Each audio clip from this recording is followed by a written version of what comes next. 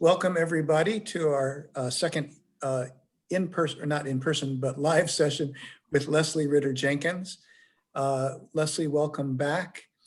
I'd like us to start with a little exercise that Marcus Borg taught me in a group setting many years ago. It's his version of the ancient Jesus prayer, which is, Lord Jesus Christ, have mercy on me, a sinner. And that didn't work so much for Marcus Borg, but his prayer is a 4-part prayer, and it's a breathing prayer. So you breathe in on the first phrase, breathe out on the second, breathe in on the third, breathe out on the fourth. So I invite you to be comfortable of body, mind, and spirit. Kind of let go of anything that's in your hands. Although the doubtings are driving, don't let go of the steering wheel, please. So on the first in-breath, just say to yourself, not out loud, Lord Jesus Christ. Out-breath, light of the world. In-breath, fill our minds with your peace. Out-breath, and our hearts with your love. In-breath, Lord Jesus Christ. Lord Jesus Christ. Light of the world. Light of the world. In-breath, fill our hearts with your peace. Hearts with peace. And out-breath, and our minds with your love. And our minds with your love. Okay, I'm going to hand it back over to Leslie to get us going with our presentation today. Leslie? Yeah, I'm gonna thank you for that, Jeffrey. I really enjoyed that breath exercise. A prayer, a breath prayer, a spiritual practice, if you will. I'm gonna spend just a few moments going over, so recapping what we've done to put us all on the same foundation. And what I'd like to do is show you, let's see if I can do this now. I'm going to do a quick screen share.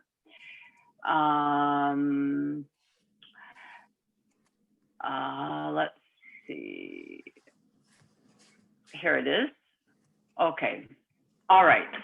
So here's the packet that was sent to you. And I'm going to scroll down. The first couple of pages are an overview of nonviolent communication. And I'm going to go to this screen. This is an overview of the model. On the left there, you see where honesty or self-expression. On the right is receiving another. And you see the same components, observation, feeling, need, request under each. So whether I'm expressing something important to me, I want to make an observation without evaluation. I want to connect vulnerably to my feelings and needs. I'm feeling irritated because I'm needing cooperation. We want to hold those feelings and needs together. And then I can make a request. Would everybody be willing to pick up one object from the middle of the floor and put it to the side of the room to get our needs met? When we're in empathy, when we're receiving what's true for another, we want to do the same thing. We want to get clear on what they're talking about. What's their observation? How are you feeling irritated because you're needing respect? So we make that empathic guess. Is it that you're really longing for a community of safety and respect here? So that, and we use the same components. So there's, you see above that line, connecting with another. Below the line is connecting with myself. And you see the same components, and there's one more. I'll get to that in a minute, the venting. So the very first session that was just videotaped, I talked about these 4 components along with language that disconnects and language that connects.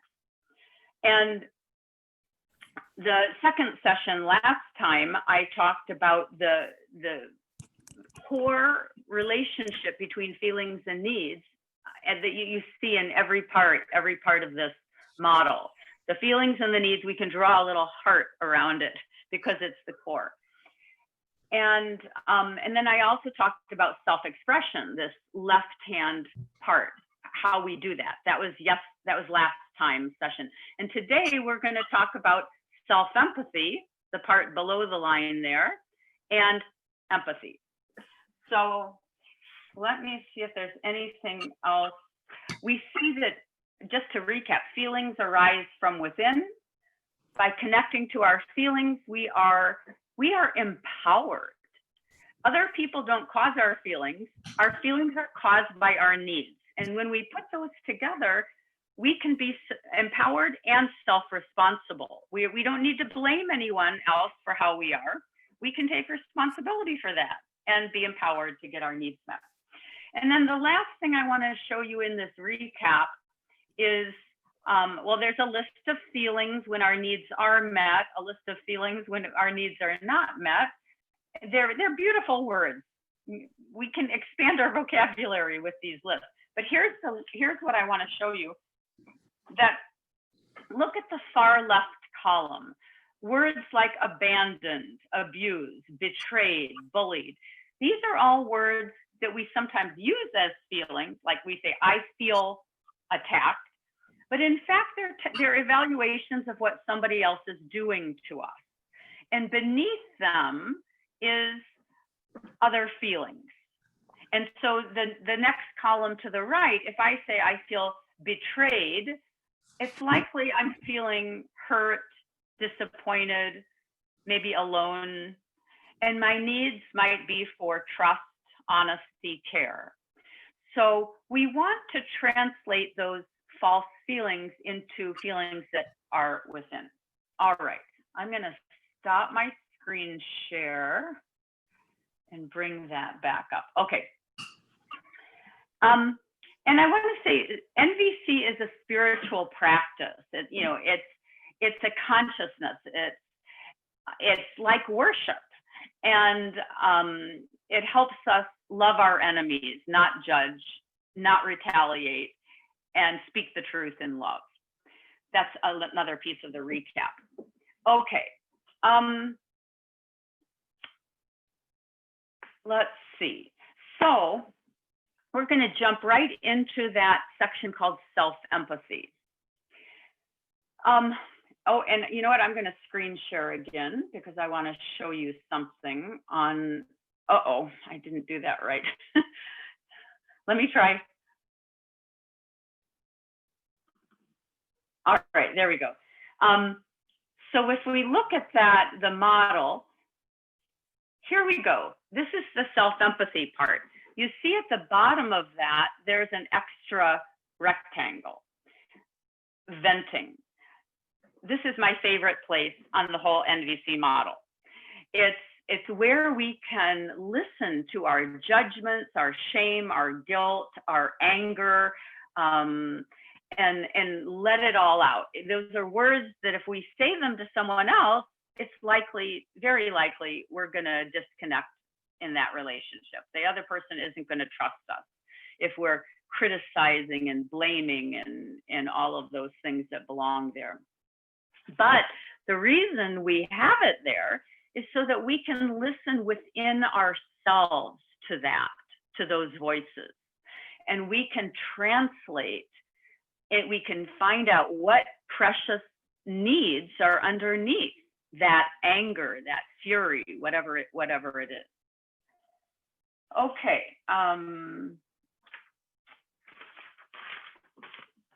Okay. So why should we engage in self-empathy? I'm going to stop my screen share here. And I'm going to, so this technology is, I'm really glad I'm learning how to do this, and it takes a little time. I just expect everyone to have, in their hand in a room, their packets. So please have a little patience with the technology.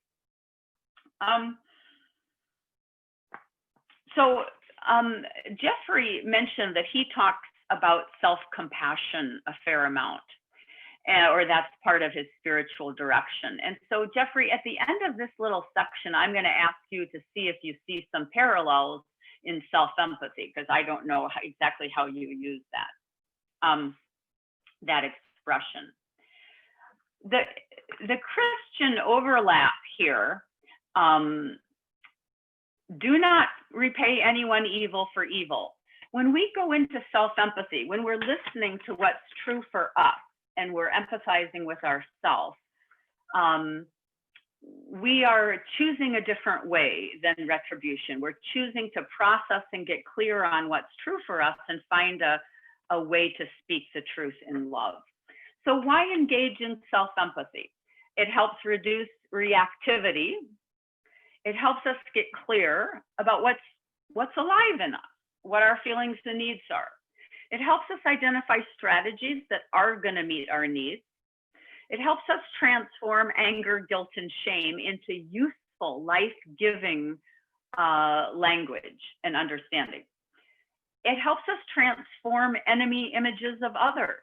We can listen behind, even in the space of our own minds, we can listen to what the other person that we might have an enemy image of, what they're needing, and actually have some sense of understanding of that. It can help us prepare for conversations, difficult conversations. So let me look at our time. Okay. I'm going to again do a screen share. You know what? Yes, I am. I think I can do this quickly. Okay, screen share. There it is. All right. So in your packet, I'm scrolling down to this page that says self-empathy at the top. There it is. So let's say I'm regretful about something I did. Fairly recently, I was at the grocery store and I asked the person who's assisting the cashier that I said I didn't want any bags. I just wanted the items back in my cart. And I snapped at the person because he started putting my groceries in bags. So I'm going to go through what my judgments, what my venting might be here. That store clerk must be bored, or maybe just not attentive. I told him I wanted the groceries in the cart. I wanted no bag. He has only one customer to pay attention to. How difficult can this be? So that's my venting.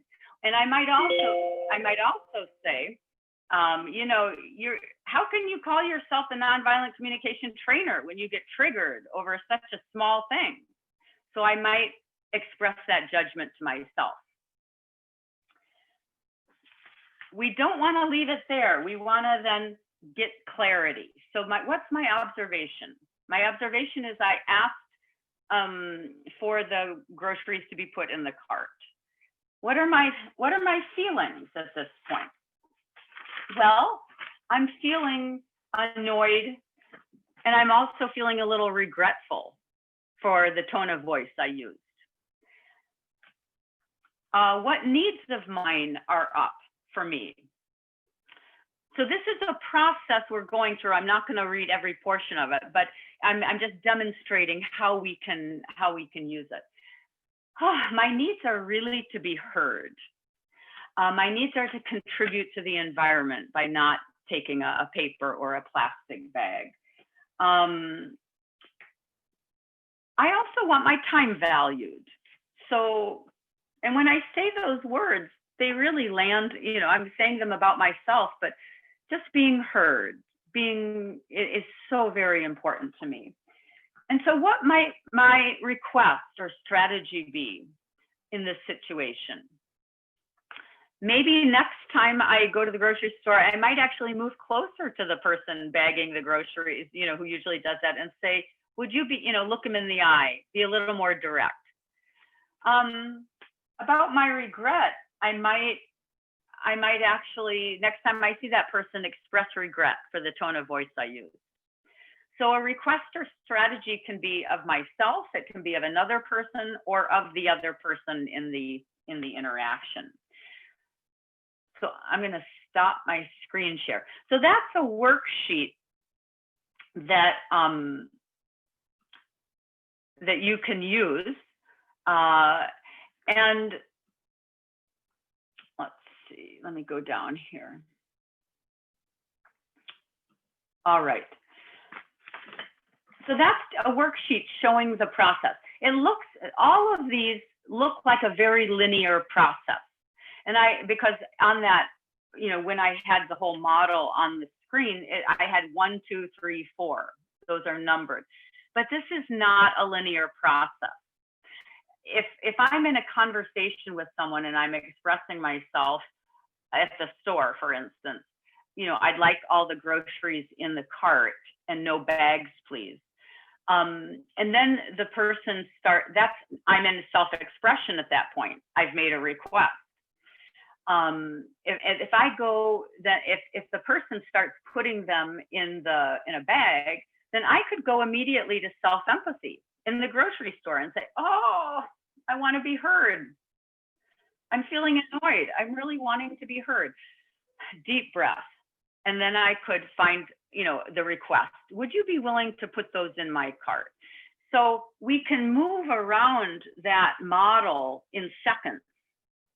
And if the person says, oh, I didn't hear you, then I can empathize that maybe all the other noise in the store made it difficult for him to hear. Okay, so that's just a thumbnail sketch overview. What we're going to do now is a self-empathy exercise. And it's not in pairs, just by yourself. And it's an exercise about transforming anger. So in the process of transforming anger, it's sort of a subset of the self-empathy process. We're going to go from venting to connecting to our needs immediately. We're not going to worry about what the observation is. We're not going to worry about feelings per se. We're going to just jump to needs. So just as an alert, it's the same self-empathy process, but it's going in a bit different order. So I'm going to invite you now to into this guided experiential process. If you want, you can turn off your video for a moment, or you can just close your eyes or lower your gaze.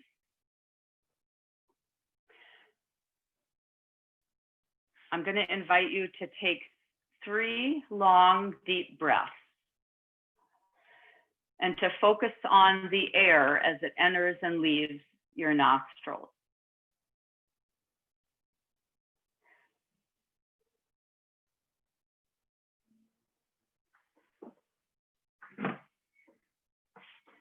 Listen to the sound of these bells and follow the sound until it ends.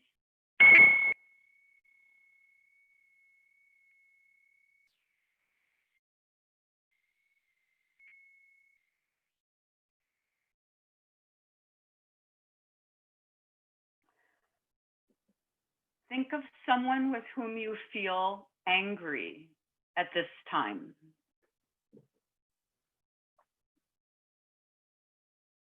Imagine that this person is in front of you.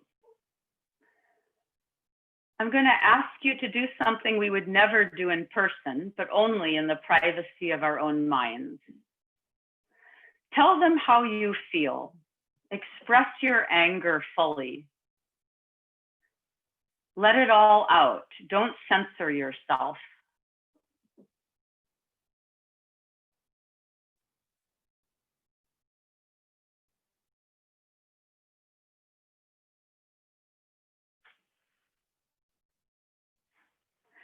Continue to vent.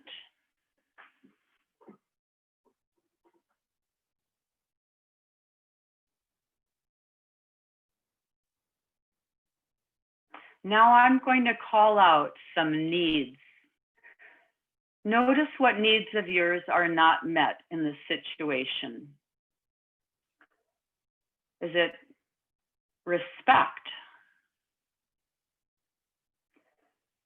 Is it consideration or care?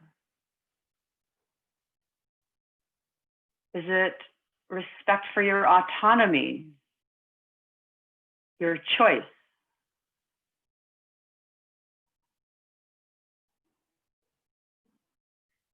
Are you needing support, understanding, mutuality, or possibly shared power?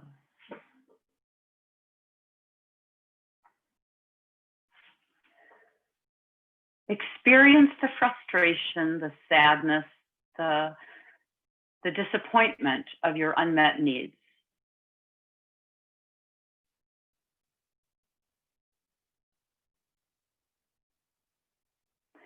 Allow yourself to feel your sadness fully.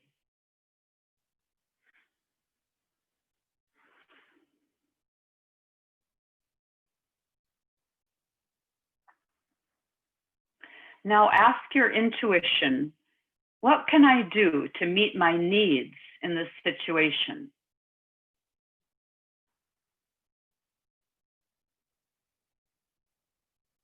Let the response arise from intuition. If nothing comes, keep the question open. Ask the question tomorrow and the next day, and take time in silence to listen to your inner wisdom.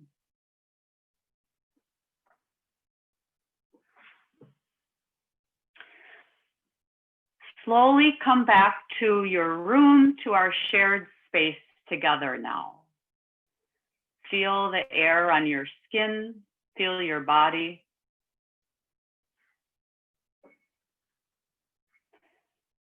When you hear the sound of the bells, come back to our time together.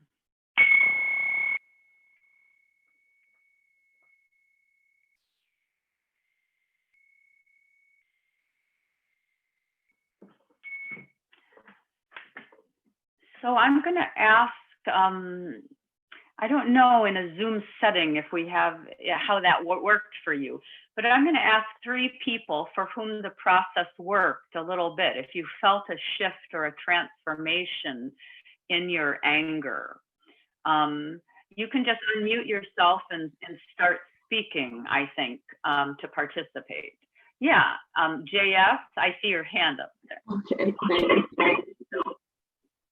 How was that experience for you in a few sentences? What struck me was it was just a habit that I'm used to being angry at this person. It's not a specific need necessarily. I've just gotten so used to being angry at that person. That's the first response I always have when that person's name is mentioned. Mm-hmm. And if I just give myself a little tough love and remind myself to chill out a little bit, it'll be good for me just to chill out a little bit. Then it dissipated very quickly. Mm-hmm. Oh, okay. Thank you. Someone else?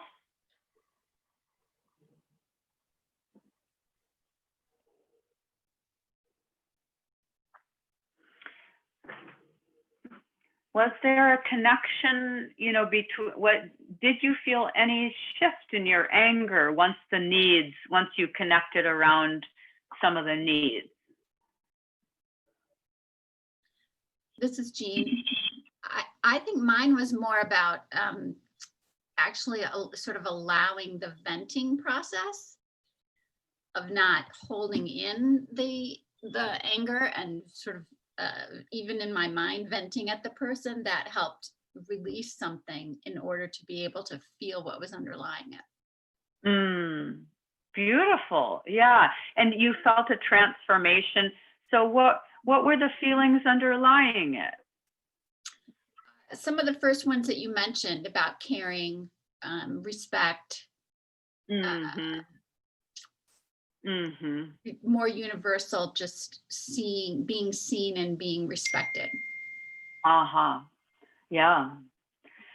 I notice a shift in my body very often. You know, I can take a deeper breath, or I relax a little bit, or my face softens, things like that. And so it's a direct sort of feedback that we're connecting with something very true for ourselves. Anybody else want to jump in? We don't have a lot of time for conversation, so if there's one more person, we have time for that. All right. Quickly. Yeah, I think the venting was very helpful, just to get it out. And to recognize how strong the feelings were. Maybe I didn't realize how strong the feelings were until I actually started using words, and so that was helpful. But at the end of it, it was a situation where there's nothing I can do about it. And sometimes you just got to accept that. And that kind of is a feeling of, well, it's the way it is. Just accept it. Just relax and accept it, because the anger doesn't do me any good. And so once the anger's out, and we listen to what needs are so precious underneath, you know, right, our preferred strategy that we want to happen may not happen. We may have to let go of that. But there are other ways to get those needs met, needs for respect and care or autonomy.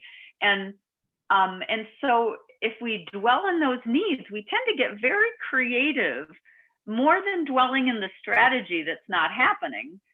If we dwell in those needs, we can find strategies to meet our needs. It may not be what we first had in mind.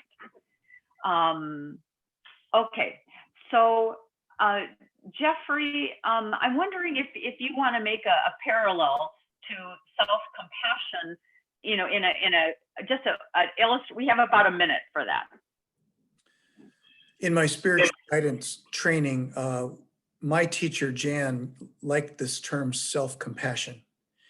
And not just for a spiritual companion serving a client, but for any human being. I think her understanding is that we are sometimes our own worst critics. We are harsher on ourselves than we are on other people.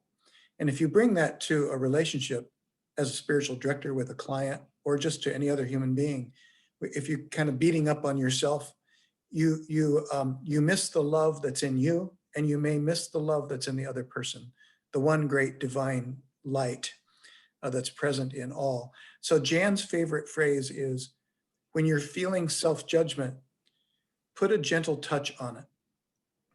To acknowledge it, it's real. Put a gentle touch on it so that you can begin to let go of it and connect more meaningfully with your deeper self, your divine self, and the divine self of the other person.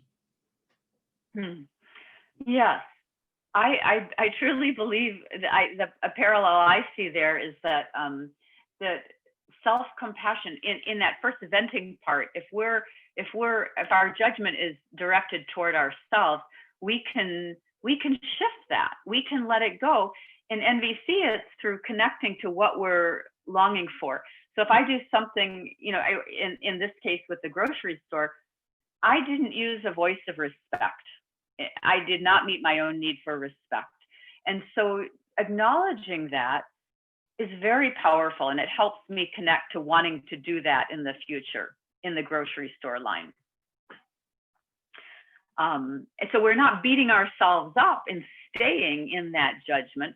We're transforming it and accepting ourselves, that beautiful possibility of change in ourselves, that I attribute that to the divine light within us.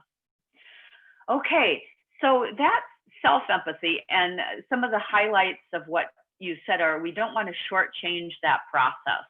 We want to go through it, give ourselves plenty of time. And I think I mentioned in the last week that one time my daughter said something when I was first learning NVC in a public space, and I just got so irritated and angry. And I went home and I did this self-empathy process. And it took me about 45 minutes to sort of get to the heart of what was important to me. So we can do this journaling. We can do it when we get better at it, we can do it on the spot. We can go through, empathy, self-empathy, honesty, all at once. And you can also do self-empathy. Let's say you're in a meeting at work, and you're feeling irritated about something. You could jot down what your feelings and needs are in the moment, and maybe a strategy will arise. You could even empathize with the other person and guess what their feelings and needs are. So when we practice it, because it's a spiritual practice, we can get a lot better at it. We can become faster at it. So the second thing we're going to do today is empathy, is talk about that when we're with somebody and we want to be fully present to them. So why learn deep listening or empathy? We say that our presence is the greatest gift we can give another person. Our presence can lead to profound connection with our enemies in a very short time even. I'm saying enemies with anyone, but even with our enemies. In the church, it leads to a profound culture of care. When we are present empathically, we build trust between us and the other person. So what is it? What is deep listening? What is empathy? It's listening to another person with a silent mind and an open heart. This is a Christian concept in some theologies. We want to empty ourselves of what is true for us in the moment and open ourselves to what is true for the other person. No matter what another person says, we can listen behind their words. We can listen behind their judgments, their accusations, their criticisms, even when it's directed at us. And we can listen behind other hard to hear messages. We want to listen for what their feelings and needs are in the moment. But we often don't do this. If somebody expresses a complaint or somebody criticizes us, we often go to what we call barriers to empathy. And so I'm just going to name a few. They're in your packet. So let's say someone at church is complaining about the discomfort of wearing a mask, okay, during COVID. One of the things we do is we give unsolicited advice. What kind of unsolicited advice might we give the person who's complaining about not liking to wear a mask? Just speak out. Maybe it's not adjusted correctly. Yeah. It's not that hard. It's not that hard. Another thing we do is we want to fix the situation. How could we say, saying, oh, maybe it's not adjusted correctly, that kind of fits. What else might we do to sort of fix? You're wearing, let me show you how you should wear it. Right, yeah, let me show you. I suggest you buy one from Mary. Hers are really comfortable. Or we console. Don't worry, we don't have to wear them that much longer. No, I wouldn't say that.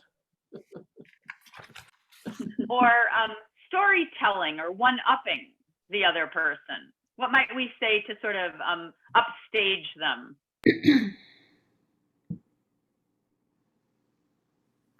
Well, About, doctors and nurses have to wear them all the time. right, very good, very My father Yeah. went through the Spanish flu and he wore one in the trenches in Germany. There you go. All right. And another thing we do instead of empathy is we avoid the subject or avoid the person, or we cut off. You start rolling your eyes, or you start looking at your phone, or you start searching through your pockets. So, okay. So there are many things we do that is not empathy. So what is empathy?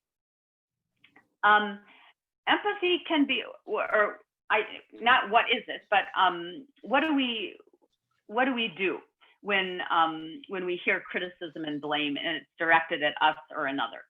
We want to, we often tend to respond defensively or offensively, or we withdraw, but we don't have to do that. Empathy gives us another tool. We don't want to take their words personally. Think about Jesus. I think he was a master at this, not taking the words at face value, but listening behind them. Beneath the other person's words, criticism, blame, anything, is something they are longing for, a need that is not met for them. So by empathizing, we're not agreeing with them to a particular strategy. We're just listening. And the other thing I want to say before we get into a little more is that we have to be prepared that we're offering a gift and it could be rejected. Another person may not receive our empathic guesses and our empathy. That's their right. Maybe they're so triggered and disturbed, they just are not willing to take it in. This actually happened to me recently in a situation. Okay, so what do?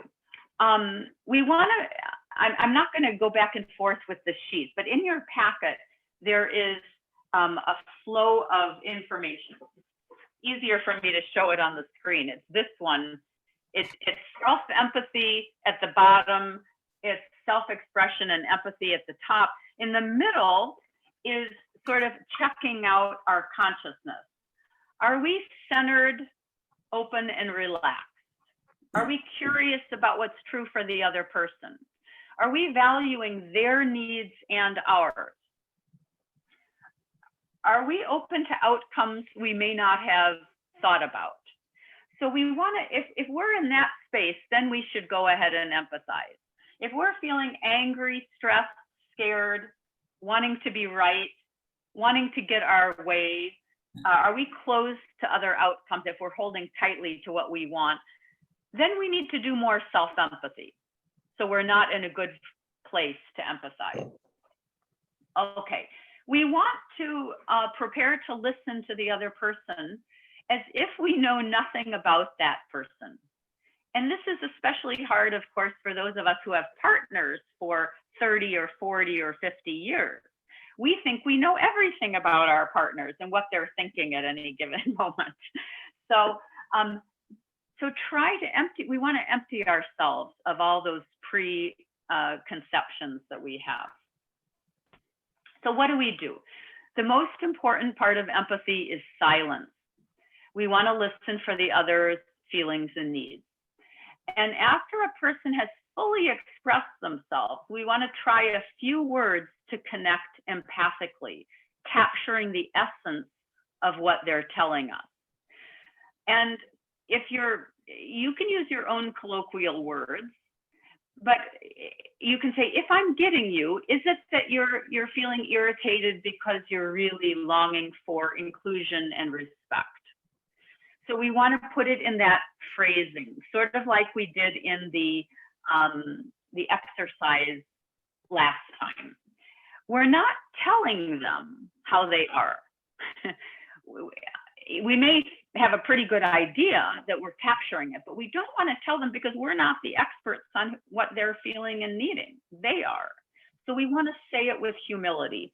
If I'm getting you, or is it true that you're really needing some compassion and understanding about this very difficult issue now? So, okay. I would like to do, how are we doing on time? I would like to do a quick empathy demo with somebody who has a complaint and is willing to speak about that complaint. Please, the complaint can't be about anyone in our Zoom session here. You can't complain about what Jeffrey did 2 weeks ago. All right, so somebody with a complaint and who's willing to speak for 1 minute about it and just sort of vent about it. It could be maybe something you're really comfortable, talking about in front of the group. It could be about the neighbor, or it could be about a politician. Or is there somebody who'd be willing to vent for a minute about something they're upset about?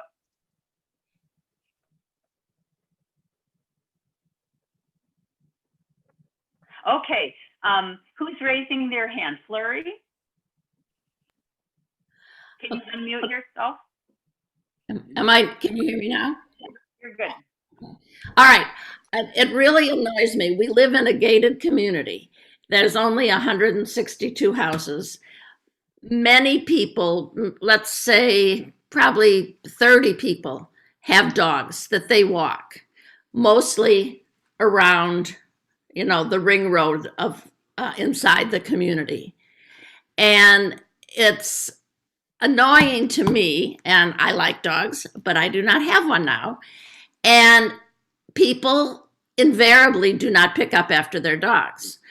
And they also, they, in certain parts of the public property, which it all is except for our house, the grass gets killed and it looks terrible, and then the association pays for it and to replace it. It's like, wait a minute, and in the declaration it says that homeowners are responsible for that damage.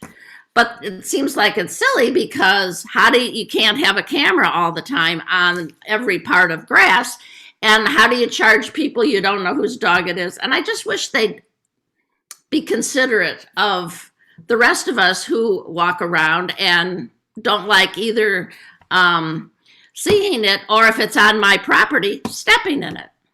Yeah, okay, all right. Flurry, if I'm getting you, if I'm with you, there are several things you're really valuing, you're longing for. One of them is sanitation, the cleanliness of not having dog droppings, left around this community. And it's and I'm guessing it's also maybe aesthetics, because in the moment it doesn't look good if there's dog droppings there, but it's also that it will kill the grass, and you really enjoy the aesthetics of a green lawn. And the other thing I'm hearing is that you're really concerned about financial,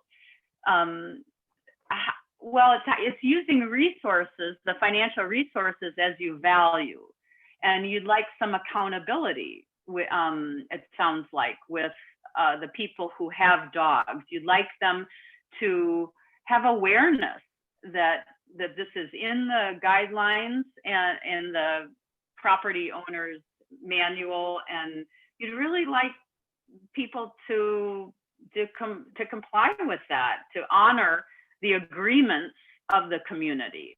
Am I with you? Mm-hmm. Yeah, especially the the aesthetics of it, and a lot of it is the lack of thinking about other people. Yeah, you want they don't just take their dog out in their backyard. They walk them all around, which but then just pick up.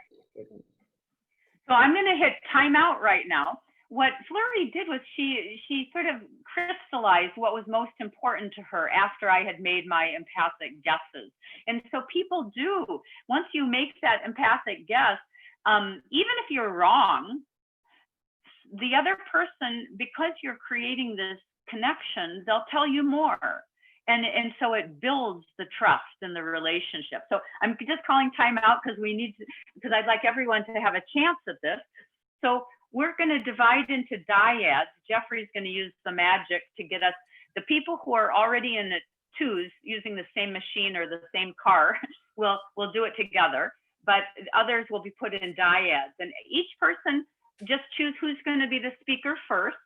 And one person speaks for let's say 3 minutes because of our time. Somebody set a timer or look at your watch, 3 minutes, and then the other person is going to try and capture empathically what's true for them in 1 minute. Okay? So, Any questions on the other? 3 minutes for the speaker, 1 minute for the person who's empathizing, and then we'll switch. Okay, and what's our total time, Leslie? Well, you know what? I'm going to change it because of our total time left I mean, remaining. what's our total time for this exercise? Yeah, I think we should make it, hold on, 2 minutes for the speaker, 1 minute for the responder. So the total time is we'll say 6.5 minutes for getting in and out of groups, but 3 minutes for each person. Okay, 2 minutes for the speaker, 1 minute empathize, switch roles, okay. 2 minutes, 1 minute. I'll set it for 7 minutes. Is that all right? Yeah, And, that's perfect. and I'm putting everybody in a dyad except for the Lynns and the Dowdings. Yeah, I'd like to do, oh, it looks like everybody's returning. Okay. To use Bye, our time efficiently, let's hear from a handful of people. Just, if you can keep your remarks to like 30 seconds, we'll get to hear from more people. Just how was that for you, either as a speaker or as the empathizer? Just jump in. Oh, it felt good just to get it out. I was the speaker complaining about real estate taxes, and Nancy was very sympathetic and empathetic, even though there wasn't anything she could do about it. Right. Empathy in and of itself is so powerful. Even if a strategy doesn't emerge, it can actually transform and sort of heal us. Our bodies relax, and I believe it's truly a part of the healing process. Okay, somebody else. Sure. JS was very helpful to me. I told her about how I'm trying to get two friends who don't know each other to understand each other, and why I think they should be friends. And I'm getting mad at them for not listening to me, and why don't they just talk to themselves? But it's starting with me. I've got to let go of what's making me so mad. And once I start loving myself more, maybe it'll be easier to love them. So just getting it out, feel that catharsis, there's something there. And then maybe we can look a little more deeply at what our needs are, and then what our strategies might be. Someone else. I found it very interesting that Madge and I had a discussion, and some things that I have been thinking that I was afraid to say. I was the one talking first, and I found that we had a great deal in common with how we feel about this certain issue. And she actually said something that I'd been thinking, but I was afraid maybe I was the only one thinking this, or it wasn't right of me to think this. And so it was really good to have that exchange. It was good to be able to say, oh my gosh, I was thinking the same thing. And we discussed why we feel this way. And so I think we sort of justified each other.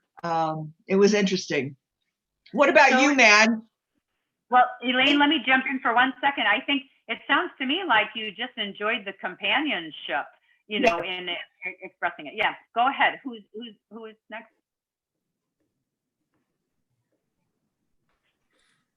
This is Susan. I was lucky to, first of all, the companionship is great. I haven't talked to Gina in a while, and I'm going to call her probably today afterwards. But I was venting some frustration. My husband's taken a new job, and the reality is that she was able to help frame it in.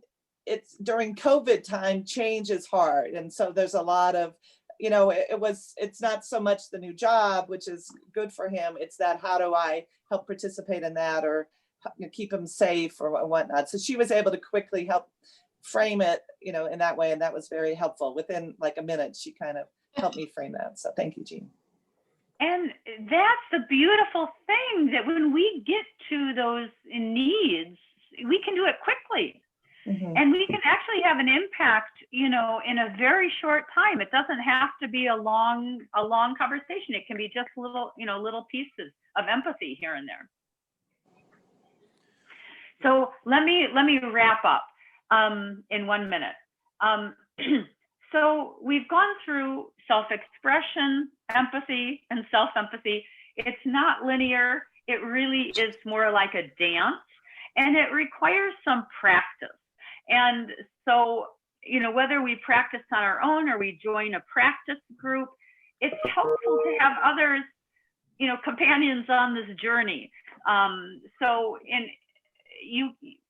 Jeffrey has some resources he's going to send you about ways to continue learning NVC if that's of interest to you.